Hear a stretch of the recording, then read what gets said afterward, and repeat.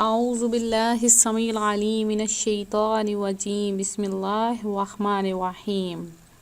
اللہ کے نام سے شروع کرتی ہوں جو بہت ہی مہربان اور نہایت ہی رحم کرنے والا ہے۔ روحانی وظائف چینل کی طرف سے تمام ویورز کو السلام علیکم ورحمۃ اللہ وبرکاتہ۔ میں اپنا چینل روحانی وظائف کے ساتھ آج آپ کی خدمت میں ایک بہت ہی خاص اور مجرب وظیفہ لے کر حاضر ہوئی ہوں۔ یہ ایسا وظیفہ ہے کہ ایک ہی دن میں کرنے سے آپ کی ہر دعا ہر حاجت قبول ہو جائے گی۔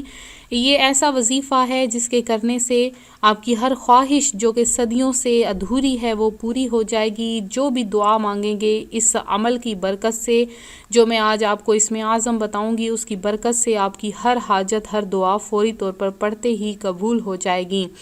تو جس کسی نے بھی یہ وظیفہ کیا ہے انہوں نے اس بات کا یقین کیا ہے، اپنی آنکھوں سے دیکھا ہے کہ ان کی تمام حاجات پوری ہو رہی ہیں۔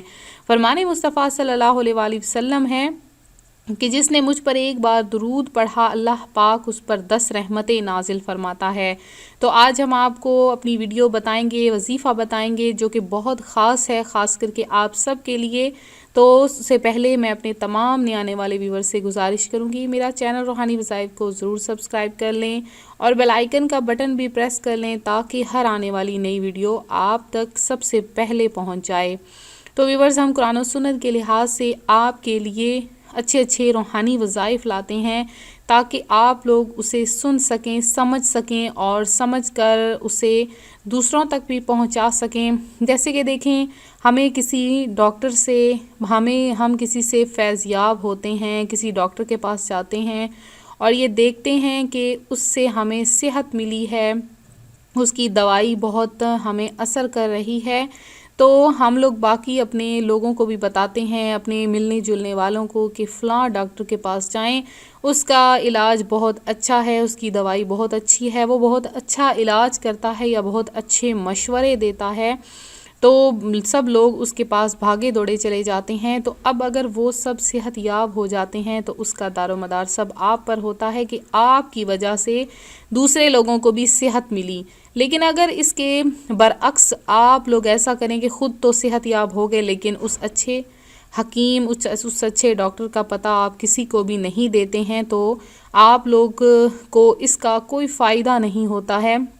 تو دوسروں کے ساتھ بھی اگر نیکی کی جائے تو وہ نیکی ہمارے لیے بہت زیادہ ثواب کا باعث ہوتی ہے۔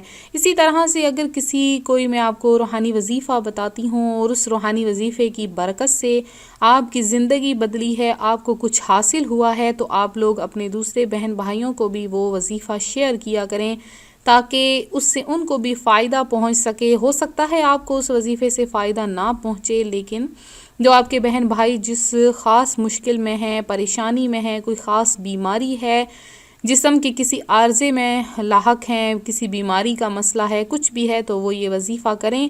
اس وظیفے کی یہ ہوگی کہ ان کو اس سے فائدہ ہوگا اور جیسے ہی ان کو فائدہ ہوگا وہ خوشحال ہوں گے تو آپ کو بھی اس کا اجر و ثواب عطا کیا جائے گا۔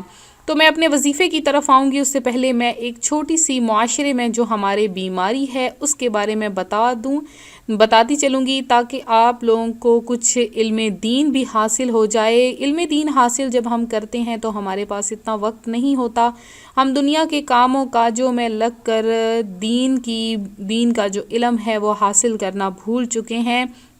بس دنیا کے کاموں میں، دنیا کی دولت میں، دنیا کے مسائل میں الجھے ہوئے ہیں۔ ہمیں نبی پاک علیہ الصلوۃ والسلام پر درود پاک پڑھنے کی فضیلت تو پتہ ہے، لیکن ہم نے اپنی زبان سے کبھی بھی ادا نہیں کیا، ہم نے کبھی بھی درود نہیں پڑھا۔ اور اس کے علاوہ ایک چھوٹا سا میں آپ کو وظیفہ بتاؤں گی کہ جو اس معاشرے کی برائی ہے جسے غیبت کا نام دیا گیا ہے، اس غیبت سے چھٹکارے کا ایک وظیفہ بھی بتائی دیتی ہوں کہ حضرت علامہ مجد الدین فیروز آبادی رحمۃ اللہ علیہ سے منقول ہے کہ جب کسی مجلس میں یعنی لوگوں میں بیٹھو اور کہو بسم اللہ الرحمن الرحیم وصلی اللہ علی محمد، تو اللہ پاک تم پر ایک فرشتہ مقرر فرما دے گا جو تم کو غیبت سے باز رکھے گا۔ اور جب مجلس سے اٹھو تو کہو بسم اللہ الرحمن الرحیم وصلی اللہ علی محمد، تو فرشتہ لوگوں کو تمہاری غیبت سے باز رکھے گا۔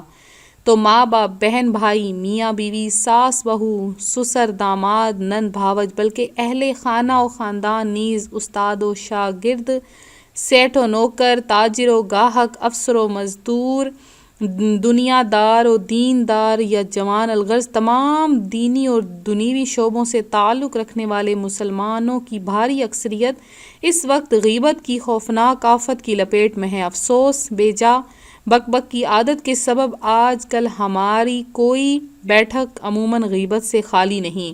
بہت سارے پرہیزگار نظر آنے والے لوگ بھی بلا تکلف غیبت سنتے، سناتے، مسکراتے اور تائید میں سر ہلاتے نظر آتے ہیں۔ چونکہ غیبت بہت زیادہ عام ہے، اس لیے عموماً کسی کی اس طرف توجہ ہی نہیں ہوتی کہ غیبت کرنے والا نیک پرہیزگار نہیں بلکہ فاسق و گنہگار اور عذاب نار کا حقدار ہے۔ قرآن و حدیث اور اقوال بزرگان دین سے منتخب کردہ غیبت کی 20 تباہ کاریوں پر سرسری نظر ڈالنے ضرور چاہیے کہ یہ کیا ہے کہ غیبت ایمان کو کاٹ کر رکھ دیتی ہے، غیبت برے خاتمے کا سبب ہے، بکثرت غیبت کرنے والے کی دعا قبول نہیں ہوتی، غیبت سے نماز روزے کی نورانیت چلی جاتی ہے، غیبت سے نیکیاں برباد ہوتی ہیں، غیبت نیکیوں کو جلا دیتی ہے، غیبت کرنے والا توبہ کر بھی لے تب بھی سب سے آخر میں جنت میں داخل ہوگا۔ الغرض غیبت گناہ کبیرہ، قطعی حرام اور جہنم میں لے جانے والا کام ہے۔ غیبت زنا سے سخت تر ہے۔ مسلمانوں کی غیبت کرنے والا سود سے بھی بڑے گناہ میں گرفتار ہے، اور غیبت کو اگر سمندر میں ڈال دیا جائے تو سارا سمندر بدبودار ہو جائے۔ غیبت کرنے والے کو جہنم میں مردار کھانا پڑے گا۔ غیبت مردہ بھائی کا گوشت کھانے کے مترادف ہے۔ غیبت کرنے والا عذاب قبر میں گرفتار ہوگا۔ غیبت کرنے والا تانبے کے ناخنوں سے اپنے چہرے اور سینے کو بار بار چھیل رہا ہوگا۔ غیبت کرنے والا جہنم کا بندر ہوگا۔ غیبت کرنے والا جہنم کے کھولتے ہوئے پانی اور آگ کے درمیان موت مانگتا دوڑ رہا ہوگا، اور اس سے جہنمی بھی بیزار ہوں گے، اور غیبت کرنے والا سب سے پہلے جہنم میں جائے گا۔ تو استغفر اللہ، آپ لوگ بھی آج ہی یہ نیت کر لیں کہ آج کے بعد کبھی بھی آپ کی زبان سے غیبت کا کوئی بھی لفظ سرزد نہیں ہوگا، کسی کے بارے میں آپ غیبت نہیں کریں گے۔ تو ہم موضوع سے ہٹے نہیں ہیں، آپ لوگ اگر یہ سمجھ رہے ہیں کہ موضوع سے ہٹ گئے ہیں، بلکہ ہم نے آپ کو کچھ علم دین کی باتیں بتائی ہیں، اگر یہ میری باتیں کسی کے دل میں اثر کر جائیں تو اس کا اجر آپ کو ہی نہیں مجھے بھی ملے گا۔ تو میں آج جو آپ کے لیے وظیفہ لائی ہوں وہ بس چند کلمات کا وظیفہ ہے، چند لفظوں کا وظیفہ ہے، یہ بس بالکل چھوٹے چھوٹے 5 الفاظ ہیں، اور ان الفاظوں سے کیا ہوگا کہ 3 مرتبہ پڑھنے سے آپ کی ہر حاجت جو آپ کے دل میں ہے، جو صدیوں سے پوری نہیں ہو رہی، پڑھتے ہی پوری ہو جائے گی، اور آپ کی ہر خواہش پوری ہو جائے گی۔ آپ نے کس طرح سے پڑھنا ہے میں آپ کو بتائی دیتی ہوں، آپ لوگ پینسل کاپی اپنے سامنے رکھ لیں اور اس کو نوٹ کر لیں کہ یہ وہ کلمات ہیں جن کی وجہ سے ہر دعا قبول ہو جاتی ہے۔